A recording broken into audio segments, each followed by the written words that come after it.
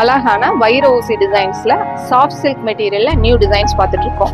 Sorry overall இந்த மாதிரி அழகான வைர ஊசி பேட்டர்ன்ல அழகான டாட்ஸ் புட்டா சில்வர் ஜெரியிலையும் அண்ட் காப்பர் ஜெரியில வந்திருக்கு. பார்டர்ல இந்த மாதிரி ரவுண்ட் புட்டா ஸ்டைல் வந்திருக்கு. இது எல்லாமே சாஃப்ட் சில்க் மெட்டீரியல், நல்லா கிராண்ட் லுக்கா இருக்கும்.